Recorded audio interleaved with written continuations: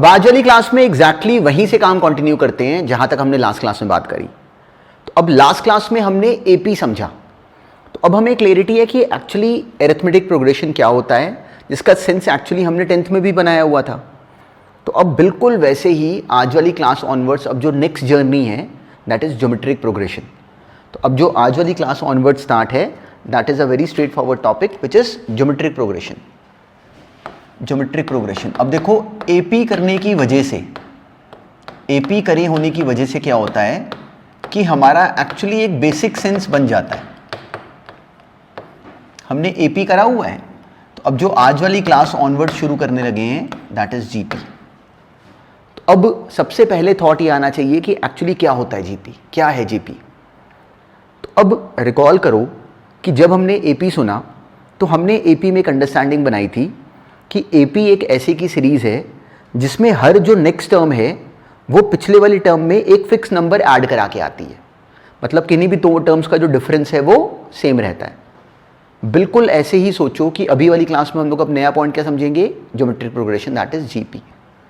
इसमें क्या होता है कि इसमें हर नेक्स्ट टर्म, मान लो पिछली बार की तरह फर्स्ट टर्म अगर ए ही है इसकी, तो जीपी में हर अगली टर्म पिछली टर्म में एक फिक्स नंबर मल्टीप्लाई करके आती है। बहुत बेसिक सा पॉइंट है, हर नेक्स्ट टर्म पिछली टर्म में एक फिक्स नंबर मल्टीप्लाई करके आती है। तो मान लो इस टर्म ए में हम लोग एक फिक्स नंबर मल्टीप्लाई करें, मान लो आर, तो ये बन गया ए आर। ऐसे नेक्स्ट बना ए आर स्क्वायर, नेक्स्ट बना ए R cube and so on.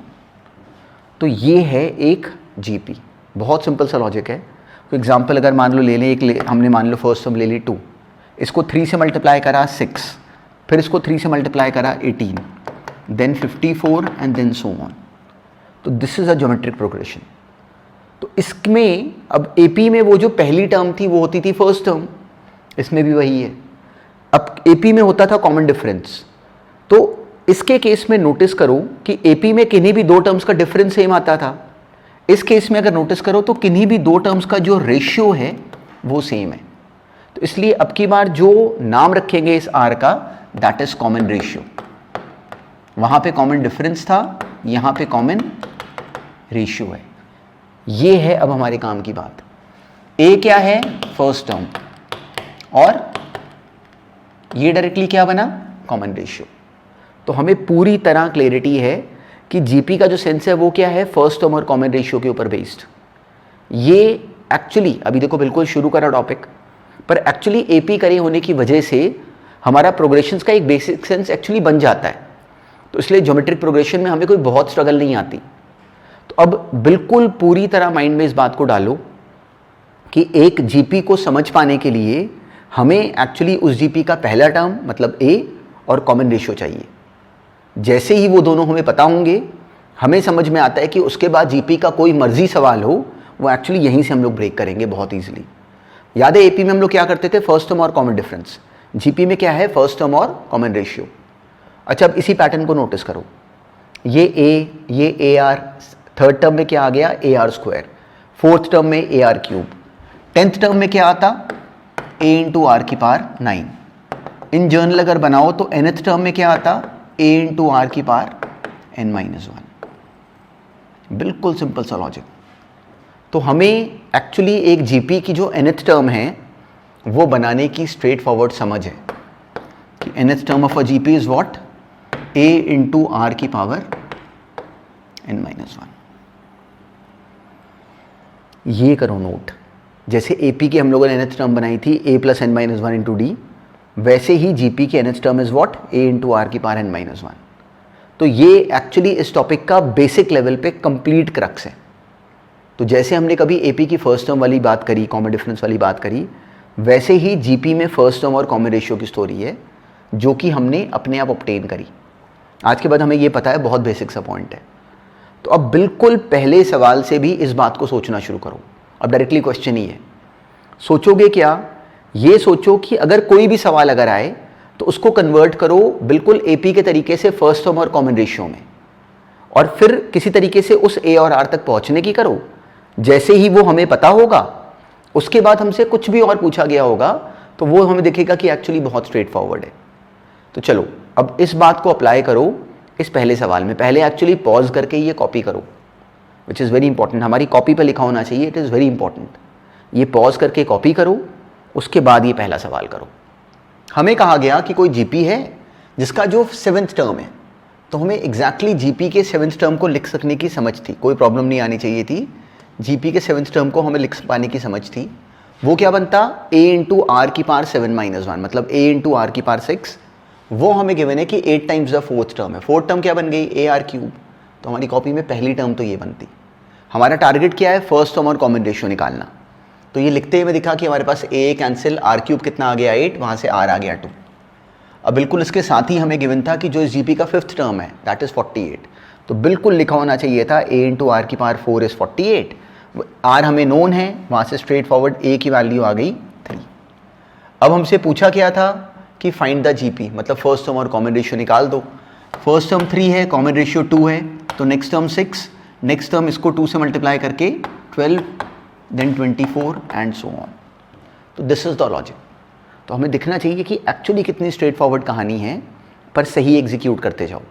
तो चलो अब लाइन से क्वेश्चंस करते हैं, उनकी डिस्कशन से हमारी इसी सेम टॉपिक की अंडरस्टैंडिंग बढ़ती जाएगी। तो अब याद रखना, एपी के तरीके से जीपी में भी अब देखो हमने 5 मिनट में जीपी का लॉजिक समझा। तो जो मेन काम है इस टॉपिक में भी, वो भी एक्चुअली प्रोसेस बेस्ड है।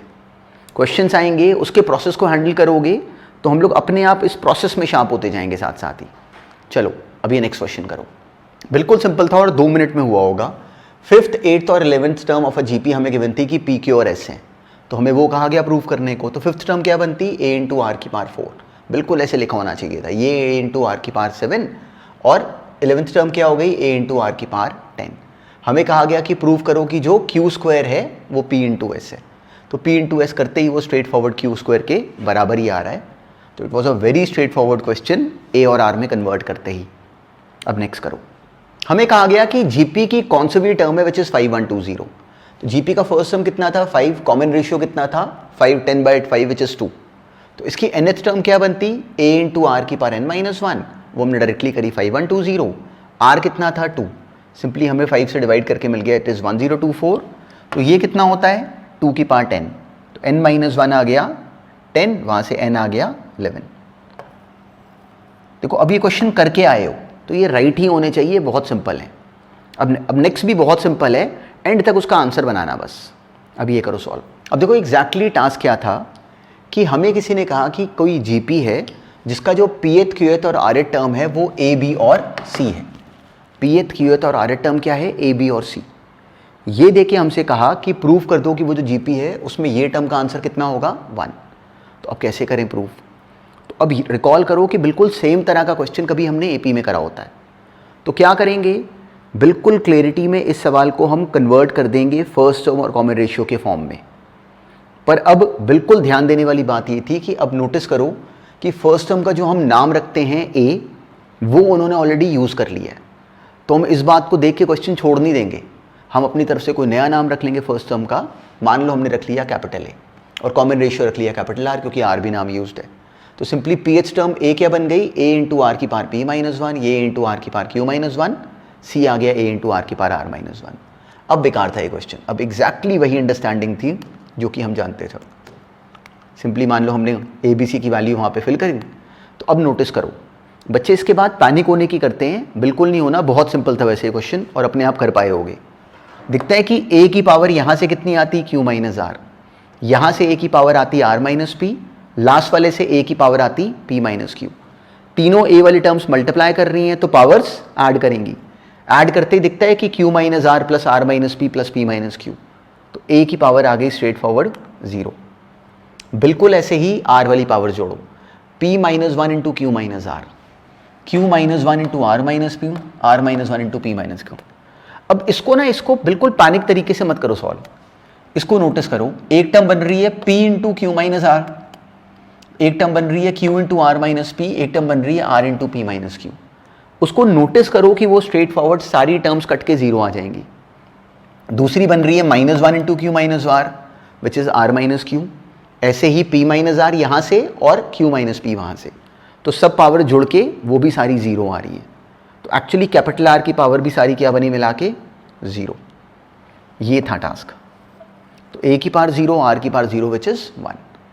तो ऐसे क्वेश्चन जब ऑब्जेक्टिव में आते हैं ना, तो अगर हम बिल्कुल ऐसे लिख लिख के करना शुरू कर दें तो हमारा पेपर क्लियर नहीं हो सकता। तो इस बात को समझना शुरू करो कि इसको कैसे ऑब्जर्व करना है ताकि कि हम लोग कैलकुलेशंस एक्चुअली तेज कर सकें। तो इस टॉपिक में मेन इन्वॉल्वमेंट ही प्रोसेस का है, वो सही होना चाहिए। अब नेक्स्ट करो। सिंपल सा क्वेश्चन था और बिल्कुल राइट करा होगा। देखो कैलकुलेशन ही एक्चुअली मेन टास्क है, पर वो हटेगी तब, वो प्रॉब्लम तब हटेगी जब खुद करोगे। तो ये उसी का छोटा सा एग्जाम्पल था और सिंपल था। 3 नंबर हमें गिवन थे कि जीपी में कि उनका सम कितना है 56। तो सिंपली हमने नंबर क्या ले लिए, ए आर और ए आर स्क्वायर, उनका सम करा 56। तो एक इक्वेशन तो बन गई बहुत ईजिली।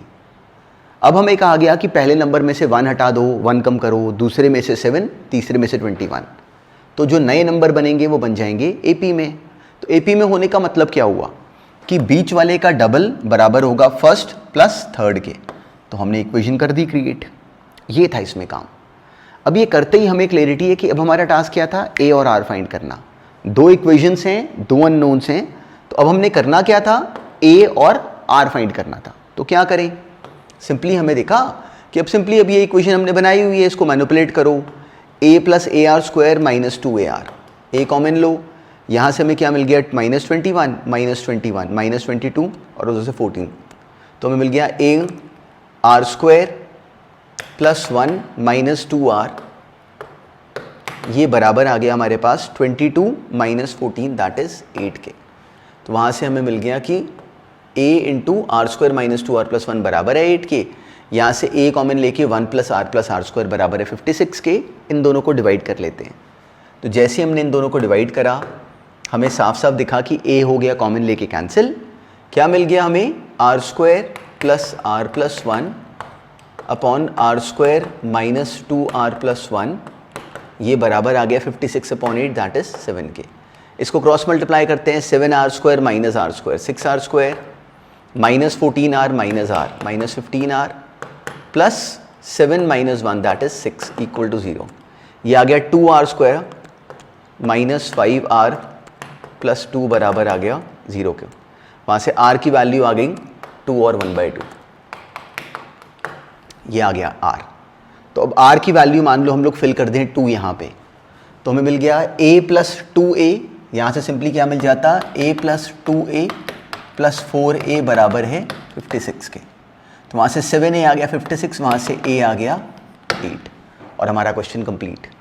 नंबर सिंपली क्या बन गए 8, फिर 8 का डबल 16, फिर 16 का डबल दैट इज 32। तो एग्जैक्टली हमारे नंबर्स क्या बन गए 8, 16 और 32। तो जो फाइनल आंसर बनता वो एग्जैक्टली ऐसे बनता। देखो कैलकुलेशंस भी कितने सिंपल हैं और ये जानबूझ के देखो अब साथ साथ करी तो हमें दिखता है कि ये प्रोसेस बहुत फास्ट होता है, पर हमारा हाथ रुकता है क्योंकि अगर लिखोगे नहीं ना तो क्वेश्चंस पेपर में एग्जैक्टली जाके ब्लॉक हो जाओगे। सुन के नहीं आने क्वेश्चंस, करने पे आने हैं। तो इसलिए करो अपने आप साथ साथ। अब नेक्स्ट करो अपने। अलग अलग बच्चे का एक्चुअली अलग अलग पर्सपेक्टिव होता है इन क्वेश्चंस में, पर एक स्ट्रेट फॉरवर्ड तरीका क्या होता है कि हमें गिवन है कि ABC AP में है, तो हमें क्लियर है 2B बराबर है A प्लस C के। फर्दर हमें गिवन है कि AXB GP में है, मतलब x स्क्वायर बराबर है AB के और y स्क्वायर बराबर है BC के। हमने प्रूव करना था कि ये तीनों जो नेक्स्ट 3 टर्म्स हैं वो GP में है। तो B स्क्वायर ये हमने प्रूव करना है कि AP में है, तो 2B स्क्वायर को बराबर आना चाहिए x square plus y square के। तो अब x स्क्वायर एक्चुअली क्या था AB, ये क्या था BC।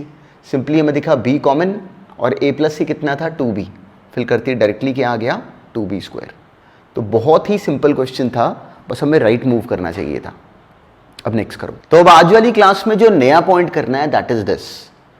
तो अब देखो जैसे हम एक AP के n टर्म्स का सम जानते थे, simply n/2 2a plus n minus 1 into D, जिसको हमने बोलना सीखा था नए तरीके से, number of terms by 2 twice the first term plus number of terms minus 1 into common difference, और हमें क्वेश्चंस में उसका फायदा होता दिखा था।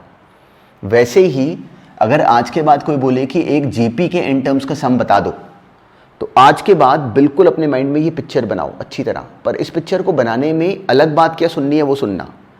हमारे लिए एक GP के नंबर ऑफ टर्म्स का फॉर्मूला क्या होगा, first term into common ratio की power number of terms, first term बाहर, कॉमन रेशियो की power number of terms -1 upon common ratio -1। ये है हमारा फॉर्मूला एक GP के कुछ नंबर ऑफ टर्म्स का। नंबर ऑफ टर्म्स कितने n, इस क्वेश्चन में n, क्या पता किसी और में क्या वैरायटी हो। तो एग्जैक्टली अपने माइंड में ये पिक्चर हमारे अच्छी तरह बैठी होनी चाहिए। अच्छा, अब ये सोचो कि अगर जो कॉमन रेशियो है, अगर मान लो वो कॉमन रेशियो अगर फ्रैक्शन हो, मान लो कॉमन रेशियो अगर 0.3 हो फॉर एग्जांपल, तो उस केस में हमें समझ में आता है कि इसी फॉर्मूले को ऐसे बोल सकते हैं, सिंपली 1 माइनस कॉमन रेशियो की power n upon 1 minus common ratio.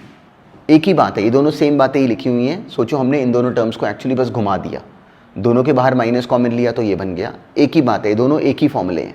तो कभी कंफ्यूज ना होना कि बुक में अगर कभी गिवन हो कि r का मॉडुलस अगर 1 से बड़ा तो ये यूज़ करना है, r का मॉडुलस 1 से छोटा तो ये यूज़ करना है, कोई कन्फ्यूजन नहीं, यही फॉर्मूला है, यही वो भी लिखा हुआ है। तो अब बिना टाइम वेस्ट करे अब क्वेश्चंस में इसी बात को अप्लाई करना शुरू करते हैं। अब देखो AP की वजह से हमारे माइंड में एक सेंस ऑलरेडी बन चुका होता है, उसी सेंस को अप्लाई करो अब इन दीज क्वेश्चंस। ये अटेम्प्ट करो अपने आप, ये वाला फॉर्मूला कंप्लीटली याद रखना। एक GP के 7 टर्म्स का सम निकालना था, बिल्कुल सिंपल, बस हमने फॉर्मूला याद करना है। A कितना था 3, कॉमन रेशियो कितना था 2, नंबर ऑफ टर्म्स थी 7। तो first term into common ratio के power number of terms -1 upon common ratio -1, तो आंसर बना 381। नेक्स्ट करो। अब हमें किसी ने एक GP के n टर्म्स का सम दे दिया और क्या दिया कि जो फर्स्ट टर्म है वो 5 है, कॉमन रेशियो जो है दैट इज 2। क्या नहीं दिया, नंबर ऑफ टर्म्स। तो हमने सिंपली फॉर्मूला अप्लाई करा। सम गिवन था 315 बराबर है A इंटू कॉमन रेशियो की power number of terms -1 upon common ratio -1, 2 की पावर 64, वहाँ से n आ गया 6। तो अगर n आ गया तो इसका Tn क्या बनता है, A इंटू आर की पावर n-1। सिंपली बनाया और अपना आंसर बना दिया। तो बहुत सिंपल से क्वेश्चन है, पर तेज तेज करो और सही करो। नेक्स्ट करो। हमें कहा गया कि सम फाइंड कर दो इस सीरीज का। तो अब डायरेक्टली हमें समझ नहीं आ रहा कि हमने क्या करना है।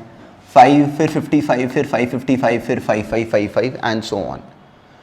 तो अब हमने एक बात सुनी थी कि जब भी कोई मर्जी क्वेश्चन दो, हमें सीरीज का कोई मर्जी क्वेश्चन दो, क्या करेंगे, अगर कुछ नहीं समझ में आएगा तो क्या करेंगे, उसकी जर्नल टर्म को पकड़ेंगे। तो हमने इसका Tn ऑब्जर्व करने की कोशिश करी। देखो पहली टर्म में 5 है जो कि 5 + 50 है, नेक्स्ट टर्म में 5 + 50 + 500 है। तो क्या हमें दिखता है कि जो इसका nth टर्म बनता, जो इसका Tn होता, उसमें 5 + 5 × 10 + 5 × 10² से लेके एक्चुअली 5 × 10 की पावर n-1 तक है।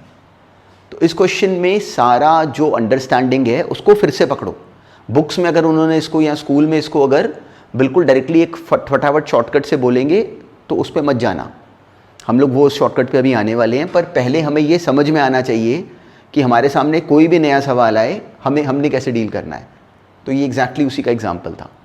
हमें दिखा कि इसकी जर्नल टर्म एक्चुअली ये थी, और जैसे ही हमने इसका Tn ये बनाया, हमें दिखा कि ये तो सिंपली एक GP है जिसका फर्स्ट टर्म 5 है, कॉमन रेशियो 10 है। तो हमारा जो Tn बन गया वो ये बन गया, ये Tn है। जैसे ही हमने Tn बना लिया, अब बात बन गई। 10 - 1 क्या हो गया, 9। तो पहली टर्म क्या बन गई, simply 5, 10 - 1 upon 10² -1। First term actually क्या बन गई, 5 इंटू सिंपली n को 1 डाले जाने पे अपॉन 10 - 1। सेकेंड टर्म क्या बनी, 5 × 10² -1, फिर 5 × 10³ -1 एंड सो ऑन। तो हमने इस क्वेश्चन को राइट तरीके से अपने आप को समझाने के लिए कन्वर्ट कर लिया। जैसे ये करा, दिखता है सबके नीचे 9 है, उसको हटाओ अलग से, 5/9 को करो अलग, सिंपली 5/9 आ गया अलग से, और दिखता भी ये 10, 10², 10³ हम इसको अलग से सॉल्व कर सकते हैं एज अ GP। जो -1 -1 -1 है वो हो रहा है n बार, तो दैट विल बिकम -n। तो 10, 10² 10³ ये अलग से एक GP है। इसके n टर्म्स का सम कितना बन जाता, 10 × 10 की पावर n-1 अपॉन 10 - 1, और -1 -1 -1 n बार बन गया -n। Done question. ये है सेंस। तो इस क्वेश्चन के होने या ना होने में अकेली ट्रिक क्या थी कि हम इसके फॉर्मेट को जज कर पाए कि नहीं। क्या था फॉर्मेट में समझने वाली बात, एक्चुअली ये देखो, क्वेश्चंस चेंज नहीं करते। IIT की तैयारी में क्वेश्चंस अलग नहीं होते। बच्चे गलती क्या करते हैं कि वो नए नए क्वेश्चंस ढूंढते रह जाते हैं। गड़बड़ क्या है कि सेम सवाल की राइट ट्रीटमेंट क्या हो, हमें वो आनी चाहिए। तो आने को इसी सवाल से हमें हमेशा के लिए अकल आ जाए, या हम लोग बिल्कुल आम बच्चे की तरह रटते रहें क्वेश्चंस को और हमें कभी ना आए। तो इसी क्वेश्चन का बुक में फॉर्मेट क्या दिया होता है इन जर्नल इसमें से 5 कॉमन ले लो शुरू में, 1 + 11 + 1 1 1 एंड सो ऑन। बुक्स में ऐसे करा होता है। फिर वो बुक्स में कहते हैं कि इसको 9 से मल्टीप्लाई कर दो, 9 से डिवाइड कर दो। फिर वो कहते हैं कि इस 9 को लिखो 10 - 1, इसको 10² - 1, इसको 10³ - 1 एंड सो ऑन। तो दैट इज नॉट रॉन्ग। देखो हमारा भी वही बन गया, 5/9 बाहर, 10 - 1, 10² - 1। पर काम की बात यह है कि हमें क्यों क्लिक करे कि ऐसा करना है। ये सोचो हमारे सामने नया क्वेश्चन आया, हम IIT का एग्ज़ाम दे रहे हैं, या स्कूल के एग्ज़ाम में वैसे डालते नहीं, पर अगर मान लो नया क्वेश्चन डाल दें तो हमें क्यों क्लिक करे कि इसमें से 5 कॉमन लो, फिर इसको 9 से मल्टीप्लाई डिवाइड करो। तो that was not the correct route. Correct route was this कि हमें समझ में आए कि हमें क्लियरली बताया गया है कि एक अननोन सीरीज़ के TN को पकड़ो, TN को पकड़ो और उससे इस क्वेश्चन का कोड क्रैक करो, जैसे हमने करा। जब हमने ये क्रैक करा उसके बाद हमें दिखा अपने आप ही 5/9 बाहर बना। तो ये जो बिल्कुल ये वाला तरीका है, ये इस क्वेश्चन में लगाए जाने वाला इन जनरल रटने का तरीका है। पर स्कूल के एग्ज़ाम में अगर आएगा तो ऐसे कर देंगे। क्या करोगे, 5 कॉमन लोगे, 9 से मल्टीप्लाई, 9 से डिवाइड करोगे, फिर इसको लिख लोगे 10 - 1, 10² - 1 एंड सो ऑन। तो यही बन जाएगा। तो वहाँ पे हमें ये दिखाने की नीड नहीं, पर वैसे हमें ये अकल चाहिए, बहुत काम की है। हम लोग देखेंगे आगे क्वेश्चंस और हमें दिखेगा कि ये अगर हमें नहीं आती बात समझ तो हम कोई क्वेश्चन नहीं कर सकते। अब नेक्स्ट देखते हैं। एक AP के अगर हमें कुछ टर्म्स का सम निकालने को कहा जाए, हमने निकाला। GP के भी हमने n टर्म्स का सम निकाला, पर एक्चुअली GP के केस में हम एक इनफाइनाइट सीरीज़ का भी सम निकाल सकते हैं। तो केवल उसके इनफाइनाइट टर्म्स का सम आ सके उसके लिए एक छोटी सी शर्त है, बहुत छोटी सी बात है, उस बात को समझना। देखो एक सीरीज़ होती है कन्वर्जिंग सीरीज़। कन्वर्जिंग सीरीज़ का मतलब क्या है कि सीरीज़ में टर्म्स की वैल्यू कम होती जा रही है। एक सीरीज़ होती है डाइवर्जिंग सीरीज़, जिसमें टर्म्स की वैल्यू बढ़ती जा रही है। तो अगर मान लो कोई हमें ऐसे की series they 1 2 4 8 and so on, तो ये वाली जो सीरीज़ है ये एक डाइवर्जिंग सीरीज़ है। देखो वैल्यूज़ टर्म्स की बढ़ती जा रही हैं, तो इसका अगर हम अप टिल इन्फिनिटी सम निकालेंगे तो वो इन्फिनिटी ही होगा। सम कितना आएगा, इन्फिनिटी। क्यों, टर्म्स बढ़ती जा रही हैं तो आंसर जो है वो बढ़ता जाएगा ऑब्वियसली। तो एक GP हो जिसकी की जो सीरीज़ हो that is a diverging series, उसके इनफाइनाइट टर्म्स का सम क्या बनेगा, इन्फिनिटी। सिंपल सा पॉइंट है। लेकिन अगर एक GP हो जो कि ऐसे की हो एंड सो ऑन, तो इस केस में हमें दिखता है 1 1/2 1/4 1/8 टर्म्स एक्चुअली कम होती जा रही हैं, कन्वर्ज करती जा रही हैं टुवर्ड्स 0। पहले 1, फिर 1 से और कम टुवर्ड्स 0, फिर 1/4 और कम, 1 से टुवर्ड्स 0 ही जाती जा रही है। टर्म्स छोटी होती जा रही हैं वैल्यू, और वो अल्टीमेटली 0 की तरफ कन्वर्ज कर रही है। दिखता है टर्म अल्टीमेटली बहुत छोटी होती जाएंगी। तो कभी अगर ऐसे की एक कन्वर्जिंग सीरीज़ हो तो एक्चुअली उसके इनफाइनाइट टर्म्स का सम डायरेक्टली बन जाता है आज के बाद a/1 - r। और बिल्कुल लॉजिकल है, पर चलो मतलब अगर एक सेकंड के लिए देख भी लोगे तो हमें क्लियरिटी है। सम कितना बनता है, 1 - r⁴n/1 - r। तो इसमें ये r कन्वर्जिंग सीरीज़ के केस में जो r होगा वो हमेशा एक फ्रैक्शन होगा। मॉडुलस r कैसा होगा, <1। देखो हमने यहाँ पे भी देखा कि r कितना है 1/2, इस केस में r कितना था 2। तो कन्वर्जिंग सीरीज़ की पहचान क्या है कि जो उसका कॉमन रेशियो होगा वो पक्का एक फ्रैक्शन होगा -1 से 1 के बीच में। तो अब यहाँ सोचो, कोई हमें ये सीरीज़ दे तो उसका n टर्म्स का सम तो ये बनता। तो अगर ये r हो, सोचो फ्रैक्शन, सिंपली -1 से 1 के बीच में, और यहाँ पे जो n हो जाए वो हो जाए इन्फाइनेटली लार्ज, इन्फिनिटी हो जाए। तो फ्रैक्शन की पावर इन्फिनिटी करो तो उसकी वैल्यू क्या बनती है, 0। तो ये चीज़ 0 हो जाती है। तो a/1 - r बचा और a बाहर। देखो यही बना फॉर्मूला। पर कोई हमसे इसका प्रूफ नहीं पूछेगा, पर हमें पता होना चाहिए कि ये भी बनाया कैसे गया। कोई भी पॉइंट याद करने का, डायरेक्टली रटने का है ही नहीं सिलेबस में। तो एक इनफाइनाइट सीरीज़ का GP के सम कितना होता है, a/1 - r। पर किस तरह की सीरीज़ होनी चाहिए, कन्वर्जिंग। तो स्कूल के एग्ज़ाम में तो इस बात को लेके कभी हम लोग वरीड नहीं होंगे, क्योंकि वो हमें क्वेश्चंस डालेंगे नहीं कभी ऐसे। पर IIT में इस बात को कहीं ना कहीं अपने माइंड में रखना कि वो हमें इस पॉइंट पे भी फंसा सकते हैं। और कभी बहुत साल पहले रुड़की के एग्ज़ाम में, उन्होंने रुड़की का एग्ज़ाम पहले सेपरेट होता था, अब तो IIT रुड़की बन गया। तो कभी बहुत साल पहले रुड़की के एग्ज़ाम में उन्होंने इस पॉइंट पे क्वेश्चन डाला हुआ है। तो चलो अब काम की बात क्या है, वही जो अभी तक करते आए। हमने क्वेश्चंस करने हैं, इसी बात को भी अब अप्लाई करना है। तो एक इनफाइनाइट जीपी का सम नोन है, अब डायरेक्टली अटैक करो क्वेश्चंस पे। अब ये पहला क्वेश्चन भी बहुत ईजी है, अपने आप सॉल्व करो। बिल्कुल सिंपल क्वेश्चन था। बी हमें गिवन था कि एक इनफाइनाइट जीपी का सम है। फर्स्ट टर्म था ए, कॉमन रेशियो भी था ए, तो सम कितना बन जाता है ए अपॉन 1 माइनस आर। अब हमें कहा गया कि ए निकाल दो, तो जैसे ही हम यहाँ पहुँच गए इसके बाद कोई ट्रिक नहीं, सिंपली क्रॉस मल्टीप्लाई करा। A in term B in terms of A है, क्रॉस मल्टीप्लाई करके ए निकाल लिया इन टर्म्स ऑफ बी। तो मेन काम क्या था, बस ये फॉर्मूला अप्लाई करना। अब नेक्स्ट करो। बिल्कुल सेम तरह का एक और क्वेश्चन हमें दिया गया कि जो एस है वो एक इनफाइनाइट जीपी का सम है, तो हमने बनाया एस कितना हो गया ए आर स्क्वायर, उन सब का सम वो हो गया ए अपॉन 1 माइनस आर। जो S1 था वो था एनी इनफाइनाइट जीपी की टर्म्स की स्क्वायर्स का sum, A square R square and so on. तो वो सीरीज भी क्या बनी, इनफाइनाइट जीपी, जिसका फर्स्ट टर्म क्या है ए स्क्वायर और कॉमन रेशियो कितना होगा आर स्क्वायर। तो A square first term upon 1 minus common ratio, ये बनी बात। अब ये देके हमसे कहा गया कि ए और आर बताओ, तो हमारा दिमाग कहता कि भाई दो इक्वेशंस दे दी गई, दो अननोन्स हैं ए और आर, तो वो यहाँ से निकल जाएंगे। कैसे निकालें, बारी बारी निकालते हैं। मान लो पहले ए को एलिमिनेट करा, ए कितना बना एस इंटू 1 माइनस आर, यहाँ फिल कर देते हैं। तो एस कितना आ गया, S was straightforward, S1 was straightforward A square कितना हो गया S square into 1 minus R का whole square whole divided by 1 minus R square, ये बनी टर्म। ये हमने क्या करा, सिंपली यहाँ से ए की वैल्यू निकाली और वहाँ फिल कर दी। ये करते हमें दिखता है कि 1 माइनस आर कैंसिल, आर 1 नहीं है, नहीं तो क्लियर टर्म्स ही सेम हो जाती। तो S1 कितना आ गया हमारे पास, S1 इंटू कैंसिल होते ही S1 अपॉन, ये ऐसे बोल दें कि S1 upon S square actually बराबर आ गया हमारे पास 1 minus R upon 1 plus R के, ये बना। अब अप्लाई कर देते हैं यहाँ पे कॉम्पोनेंटो डिविडेंडो, कोई ट्रिक नहीं। सिंपली क्या करते हैं, denominator plus denominator minus numerator. जब डिनोमिनेटर माइनस न्यूमिनेटर करोगे तो दिखता है कि ऊपर 2r बन जाएगा, और डिनोमिनेटर माइनस न्यूमिनेटर, तो जो यहाँ पे करेंगे वही यहाँ पे करेंगे। तो अब हमने करा डिनोमिनेटर माइनस न्यूमिनेटर, मतलब हमें क्लियरिटी है कॉम्पोनेंटो डिविडेंडो अप्लाई करने की कि सिंपली अगर a अपॉन बी बराबर है c अपॉन डी के, तो जो ऑपरेशन यहाँ करोगे वही यहाँ करोगे। तो मान लो इधर हमने करा a plus B upon a minus B, तो इधर भी बोलेंगे c plus D upon c minus D. अगर ये इसके बराबर है तो ये इसके बराबर होगा। तो हमें ये बातों की क्लियरिटी है, इनको अप्लाई करने में कभी हेजिटेट नहीं करते, और बहुत बेसिक बात है, पर कई बार बच्चों को इसको अप्लाई करने में हेजिटेंसी होती है, तो नहीं, उसको मत रखा करो।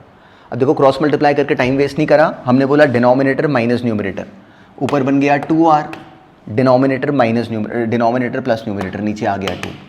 इधर क्या करा, denominator minus numerator S square minus S1 upon denominator plus numerator, ये कैंसिल होकर ये r आ गया, वही प्रूफ करना था, S square minus S1 upon S square plus S1। जैसे ही r आ गया हमें क्लियर है कि a आ गया। a कितना है, a है s into 1 minus R, simply s into 1 minus R की वैल्यू डाल दो, a आ गया। तो it was such a simple task. बस क्वेश्चंस देखने में हमें ऐसे वो डराएंगे कि पता नहीं क्या पूछ लिया, तो हमने उसी बात को समझना है कि कुछ नहीं हो सकता इन क्वेश्चंस में। अगर हमें बेसिक स्किल पे अगर हमारी समझ है, कुछ नहीं हो सकता, कुछ नहीं कर सकते एग्जामिनर अगर हमें इन बातों पे हम लोग राइट तरीके से कॉन्फिडेंट होना शुरू हो जाए। अब नेक्स्ट देखते हैं। रिकॉल करो, कभी हमने सेम तरह का क्वेश्चन करा होता है AM में। तो अब अगर हमसे कहा गया कि ये जो है this is the single GM between 2 numbers A और B, तो हम लोग को क्या करना था, सिंपली इसको इक्वल टू सिंगल GM कर देना चाहिए था, that was what root AB। अब बिल्कुल जैसे कभी हमने AM में इस क्वेश्चन में करा था, बिल्कुल हमें बिना किसी भी फियर जोन में गए हमें डायरेक्टली टर्म बनाने के लिए इसको उधर क्रॉस मल्टीप्लाई करके देखना चाहिए था, तो कोई कन्फ्यूजन नहीं होती। जैसे इसको मल्टीप्लाई करेंगे, देखो a की पावर n, यहाँ पे a की पावर हाफ, तो टर्म क्या बन जाती, a की power n plus half, b की पावर हाफ पहली टर्म के साथ, अगली के साथ b की पावर n प्लस हाफ और a की पावर हाफ।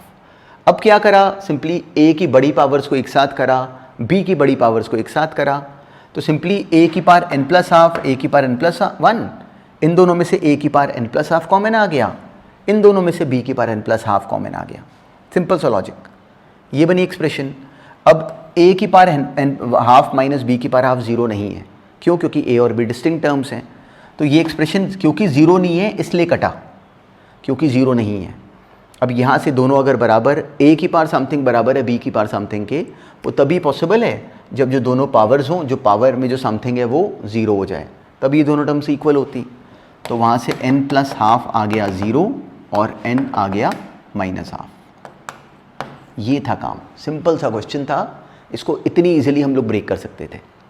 अब ऐसे ही नेक्स्ट करो। नेक्स्ट क्वेश्चन भी एक्चुअली है सिंपल, पर उसको करते समय भी ना थोड़ा सा स्किलफुल होना, प्रोसेस में स्किलफुल होना। अगर फंसो तो कोई बात नहीं, उसको देखने के बाद ध्यान में रखना, पर इंटरेस्टिंग है, अपने आप करो और हो सकता है। नेक्स्ट करो सॉल्व। एक्चुअली तो सिंपली 2 इक्वेशंस और 2 अननोन्स बन जाते हैं। अब जब हमने ये क्वेश्चन करा तो एक्चुअली 2 इक्वेशंस 2 अननोन्स तो बन जाते हैं। कैसे? हमें गिवन है am of 2 positive numbers a and b is twice their gm। तो am कितना बना a+b/2, gm कितना बना √ab। हमें गिवन है कि जो am है वो ट्वाइस देयर gm है। तो अब यहाँ से अगर हमने a/b निकालना है तो होता क्या कि हम यहाँ पे स्क्वायरिंग करने लग जाते हैं और बहुत तरह की कॉम्प्लिकेशन लाते हैं माइंड में। पर इन क्वेश्चंस में एक बात को ध्यान में रखना, सिंपल से ऑब्जेक्टिव क्वेश्चन बनते हैं इस पे और बहुत सारे अभी और करेंगे। तो इन क्वेश्चंस में एक बात ध्यान में रखना कि अगर हम a+b/2√ab क्रिएट करा दें, अगर हम a+b/2√ab क्रिएट करा दें, जो कि इस क्वेश्चन में 2 बन रहा है, तो ऐसा क्यों करें? क्योंकि क्या हमें दिखता है कि a+b/2√ab के क्रिएट होते ही अब यहाँ पे अगर हम अप्लाई कर दें कॉम्पोनेंडो डिविडेंडो, तो वो a+b-2√ab और a+b+2√ab बनेगा, जो कि स्ट्रेट फॉरवर्ड √a+√b का होल स्क्वायर अपॉन √a-√b का होल स्क्वायर है। हमने क्या करा कि ये बनाया और अब अप्लाई करा componendo dividendo, numerator plus denominator, numerator minus denominator. इधर भी करा numerator plus denominator 3, numerator minus denominator 1। तो ये क्यों करा? इससे हुआ क्या कि हमारा इस सवाल का प्रोसेस इजीली हैंडल हो गया। तो AM-GM वाले सवालों में कभी अगर नंबरों तक पहुंचना हो तो ये स्टोरी हमारे माइंड में रहती है, बहुत बेसिक सी बात है। जैसे रिकॉल करो कभी कॉम्प्लेक्स नंबर में हमने स्क्वायर रूट निकालते समय वो a+b के होल स्क्वायर वाली बात करी होती है, बिल्कुल वैसे ही ये पॉइंट है, ऑब्जेक्टिव क्वेश्चंस में हेल्प करता है और आ गया तो बहुत तेज सॉल्व हो जाएगा। ये करते हमें दिखता है कि ये क्या बन गया, √a प्लस ये क्या बना, हमारे पास टर्म क्या बनी, ये बन गया सिंपली √a प्लस √b का whole square upon √a minus √b का होल स्क्वायर।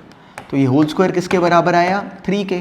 तो वहाँ से √a plus √b upon √a minus √b कितना बन गया, √3। अब अगर ये बनाने के बाद हमारा टारगेट क्या है, a/b निकालना। तो अब अगर मान लो फिर से अप्लाई करते हैं componendo dividendo, numerator plus denominator, numerator minus denominator, जो इधर करा वही उस तरफ करा, तो हमें मिल गया √a/√b बराबर आ गया ये के। तो देखो हमारा क्वेश्चन एक्चुअली कितनी इजीली ब्रेक हो गया।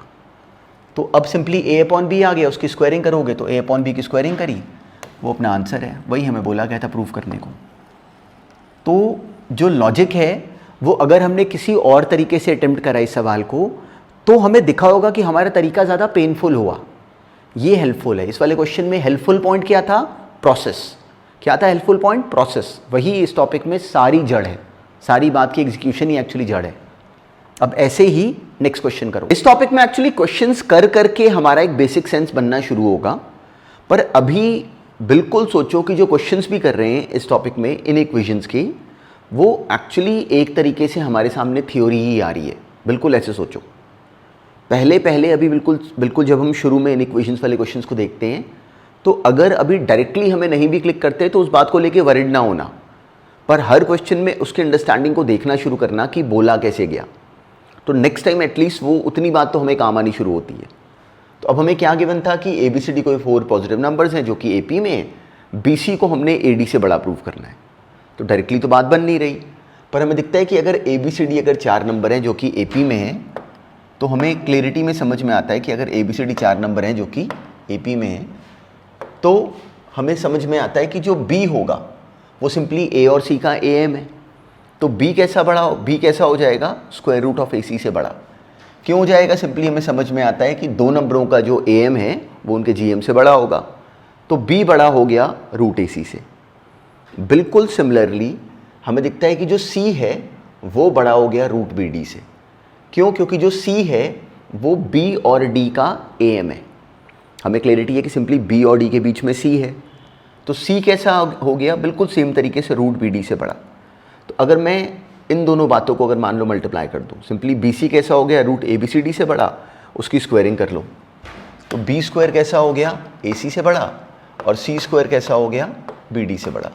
अब अगर मान लो मैं इन दोनों बातों को कर दूं मल्टीप्लाई, तो बी स्क्वायर सी स्क्वायर हमें मिल जाता कि वो simply A B C D से बड़ा है। तो वहाँ से बी सी दोनों तरफ से कैंसिल, और जो प्रूव करना है वो जनरेट हो गया। तो अभी बिल्कुल स्टार्टिंग में अगर हमें ये बातें नहीं भी क्लिक करती तो इनको लेके वरिड नहीं होना, पर ये पॉइंट को देखना शुरू करना कि हाँ ऐसे बोल सकते थे। तो एक्चुअली ये सारे क्वेश्चंस हमारा थ्योरी के साथ साथ विजन एक्चुअली इंक्रीज करते हैं, तो वो करना चाहिए। अब बिल्कुल ऐसे ही नेक्स्ट देखते हैं। आज वाली क्लास में अब हमने सेम पॉइंट पे फर्दर क्वेश्चंस करे, और एएम और जीएम के बीच में एक बहुत इंटरेस्टिंग कनेक्शन ऑब्जर्व करा कि एएम हमेशा जीएम से बड़ा होता है। तो उसका क्या रोल है वो हमने देखा, भी क्वेश्चंस भी हैंडल करे। तो बिल्कुल पहले राउंड में हमें एपी जीपी पूरी क्लैरिटी में ऐसे समझ में आनी चाहिए। अब बिल्कुल स्कूल के सिलेबस के लिए बिल्कुल जो कनेक्टेड नेक्स्ट लेग है दैट इज़ एक्चुअली बिल्कुल जो स्कूल के सिलेबस के लिए चाहिए that is actually special sequences. जो हार्मोनिक प्रोग्रेशन है वो डायरेक्टली स्कूल के सिलेबस में नहीं है, पर हम करेंगे। तो जो नेक्स्ट टास्क होगा that would be actually special sequences, फिर साथ में स्पेशल सीक्वेंसेस या हार्मोनिक प्रोग्रेशन, उसके साथ साथ फर्दर कहानी आगे पुश करेंगे। तो जो अभी आज वाली क्लास में भी करा, बस इसको एक बार थॉरली रिकॉल करना।